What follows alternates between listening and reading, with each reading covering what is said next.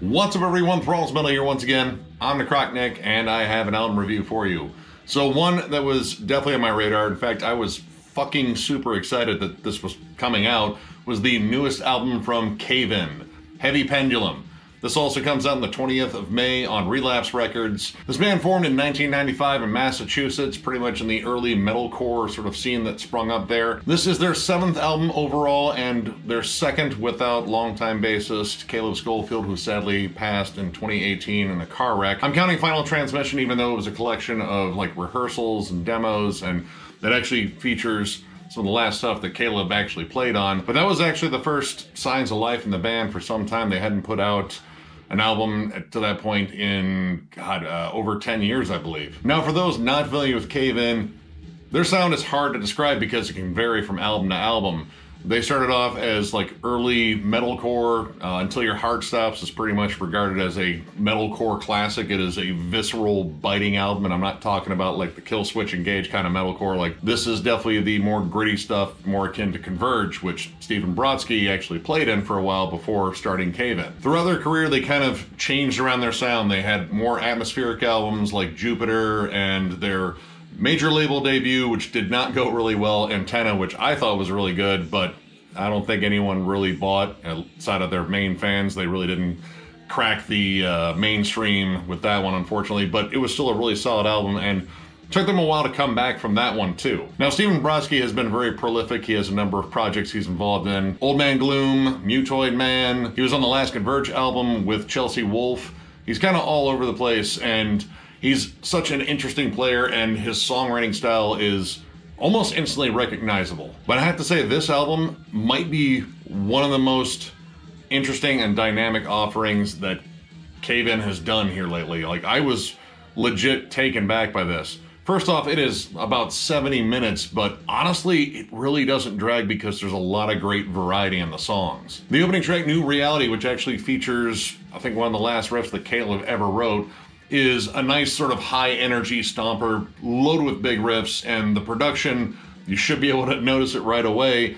It's Kurt Ballou, and Kurt Ballou gives this band their giant, chunky guitar tone. The bass absolutely snarls, which Converge bassist Nate Newton takes over on bass. He's been there since 2018, and he is a great fit. He comes in with great harsh vocals to complement Steven's harsh vocals, and even, I believe, does some cleans too occasionally. Generally, I love everything about Kurt Ballou's production. The guitars are thick and chunky, the bass is prominent and snarls, and the drums always sound fantastic, and that is 100% on display here.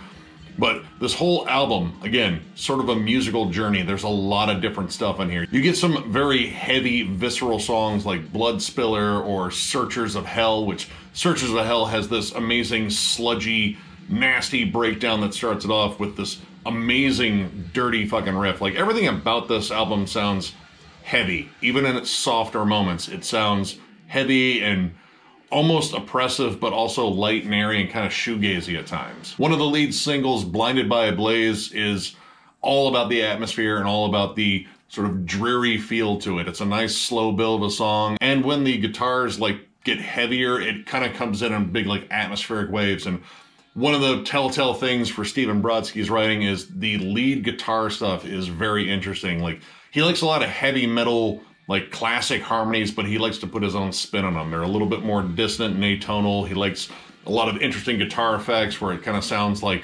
transistor radio knobs being turned, or he'll just throw in like some really weird wah pedals like on Blood Spiller or Waiting for Love, which does not sound like much of a love song. It actually sounds more like, love's kind of overrated, but, you know, kind of got to deal with it. But when you get towards the end of a song like Wavering Angel, which is the big closer over 12 minutes, you get these very classic, hooky, kind of heavy metal, like almost kind of like Iron Maiden-y sort of harmonies. And it's just really interesting to hear all these different guitar styles on here, and none of it collides with one another. Like, this doesn't sound like a whole bunch of different bands. It still sounds 100% like Cave In. It just sounds like they're at their most creative because there's just a lot of cool ideas on here. You get tons of that sludgy hardcore vibe on the heavier tracks, but it was a lot of the slower, kind of doomy, more like dreary sounding songs like the title track and Nightmare Eyes. Both of them feature a lot of blues influence, and the guitar licks, Stephen Brodsky's vocals actually have like more of a bluesy croon to them in spots, but they also kind of hold on to like interesting bands in terms of like, you know, like 90s era stuff, like the post-rock sound like Hum, or like a heavy grunge sound occasionally like Soundgarden. But at the same time, you're getting like some Black Sabbath sort of warmth to the riffs. And the riff work on here, I think, is exceptional. It's only matched by Stephen Brodsky's vocal performance, which he's not the only one singing on here too. I believe Adam McGrath also takes lead on at least one track on here. And Stephen Brodsky's become a lot better singer over the years. Like some of the earlier stuff, he didn't sound as confident in terms of like his cleans, but he would, you know, growl and scream right along with Caleb. Now he's very settled in his vocal approach, and he sounds great. Like he's found like this solid range where he can croon beautifully and then just sort of twist it a little bit, like make it sound a little bit warped and dark, or maybe light and airy. Like Waiting for Love opens up with this wah-drenched, sludgy ass riff, but you have these light, airy vocals on top of it, and it's kind of a cool dynamic there. Like, you know, the old him might have just tried to growl over it. Now he's very confident actually crooning over it. And again, you get this kind of cool contrast. And a lot of this delivers like some good, solid, just big rock hooks. Floating Skulls. There's a bit of like kind of modern Mastodon in there, but also maybe just a little bit of like the heavier side of Foo Fighters on there. Big, giant rock chorus, big driving riffs, and maybe just like a little bit of like stoner sludge mixed in there. All this kind of put together, you get this just wall of sound, and a lot of it is generated by the guitars. The guitars in here, again, are fucking giant. But the thing that kind of really brings it out is the emotion behind it. Like, this is kind of a dark, foreboding album, and there's a lot of reasons why. Namely, Caleb's death, still very fresh in their minds. You can definitely tell, especially on the song Reckoning, which is definitely 100% for him, and honestly, one of the most earnest songs on here. And I think they're all very earnest, but this one is direct. You know exactly what it's about. As soon as you hear the opening sigh before the acoustic guitars start strumming and Steven starts singing, that sigh says just about as much as any of the lyrics in that song. The lyrics, again, very focused on coping with death. And I mean, with the recent death of Trevor Strnad and, you know, I would say Taylor Hawkins too, like, the rock world has a lot to process, and I mean, I'm still definitely feeling the Trevor one, but it's the emotion behind it. Like, it feels honest, it feels genuine, and that makes the song just feel so much more heavy. But again, like, this whole album's heavy, but it's heavy with riffs, but it's also heavy with emotion. Even its quietest moments, it still feels just sort of oppressive with the weight of a lot of emotions. Like, there's definitely a lot of anger on here. There's frustration. Hell, Bloodspiller is actually about, you know, dealing with the whole pandemic and all the bad news, and just pretty much 2020 to, I would say right about now, which we've had enough bad news for a while. Hopefully it gets better. I'm not that optimistic, but, you know, I still hope for the best. Another giant thing about this album is the atmosphere. The atmosphere generated by lots of feedback and dreamy guitar bits all over the place. This album is very spacey and very lush, but also just grittier than hell. Like, the guitar tone is, again, just inescapable, but there's this sort of lushness about it. And, you know, once again, hats off to Kurt Ballou. And there's this weird thing about it, like, it feels familiar, like they pretty much took a lot of the aspects of their career that they did right. Like, again, I like the atmospheric stuff with Jupiter and Antenna, but again, they blended that with like Until Your Heart Stops in terms of like the raw heaviness in spots. And again, it feels 100% like them, but it still feels fresh and new. And honestly, it's one of the most complete things I have heard from them. There's not really any tracks on here that seem to be extra. They all seem to have like something on it that makes them stand out, like whether it's a melody or a, you know, really good chorus, a fun breakdown, a very introspective moment. They all have them, and they all just kind of gel really well. And this is, again, a 70-minute album, but honestly, I couldn't find much in the way of filler on here. I mean, if I was being a picky shit, I guess I could say Pendulum Ambience and Days of Nothing are both more or less just interludes. Pendulum Ambulant, which follows the title track, so I guess they kind of made a word for it, is like an ambient track. It's mostly synths, and then there's like a couple of vocal passages, but they're all like played backwards. And then occasionally you get like a big, like heavy chord that comes in, and it segues right into a really good rocker with Careless Offering, which very hooky, very catchy song. But it kind of feels like just like a little bit extra. And Days of Nothing is kind of the same, like it's another interlude. It segues well into the next song, but it's more spacey and ambient. And I mean, overall, I didn't really hate it. And honestly, if you trim those out, you're only trimming out like a little over 3 minutes. So it's not necessarily something that's gonna like, you know, bring the length of the album down.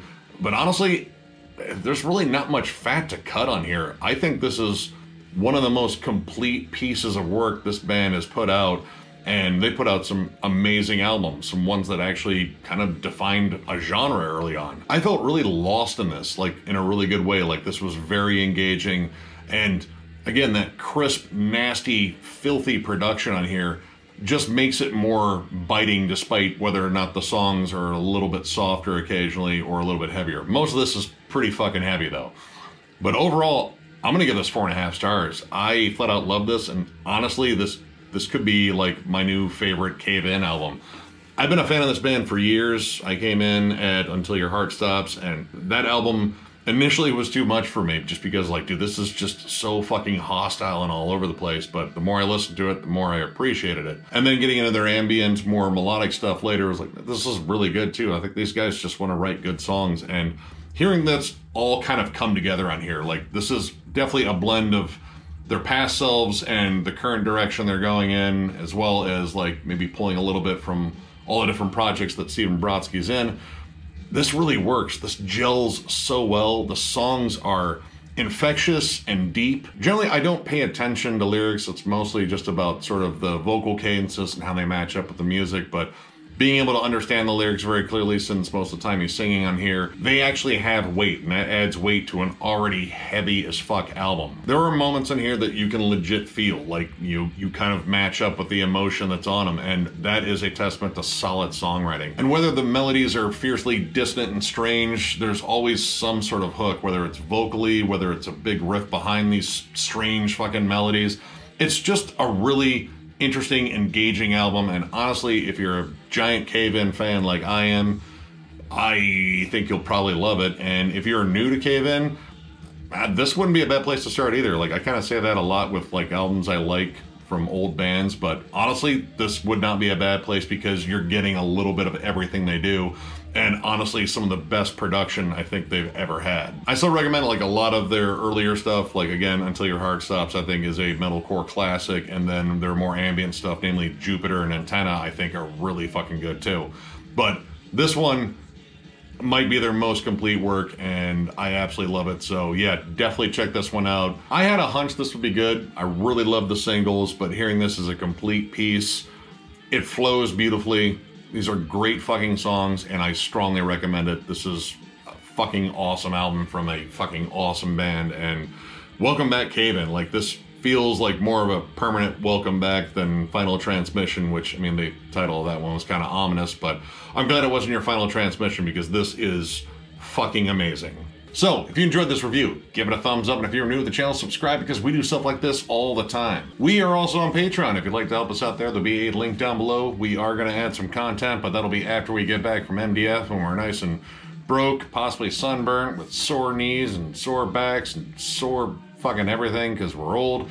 But we're still going to have a fuck ton of fun there. There will also be a link down there to thrallsmetal.com if you'd like to get one of our kick-ass shirts, and there will also be a link down there for Denver Death Fest for bands that want to get on Denver Death Fest. All you have to do is click that link if you're a band, or you know, a person in a band, actually, more specifically. Fill out the form. There's like an EPK thing. Again, I'm still fuzzy on what that is, but you know you gotta do it to get on the festival. This is mostly John and Miller's thing. That's why they talk about it more than I do. But this festival will be going on from September 30th to October 2nd this year in Denver, obviously. And we'll be accepting submissions from bands all the way to the 15th of June, and then we will start announcing stuff. So definitely get in on that.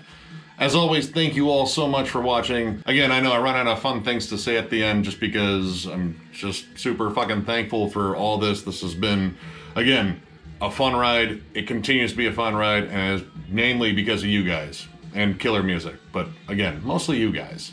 So with that, I thank you all once again, and we will catch you later.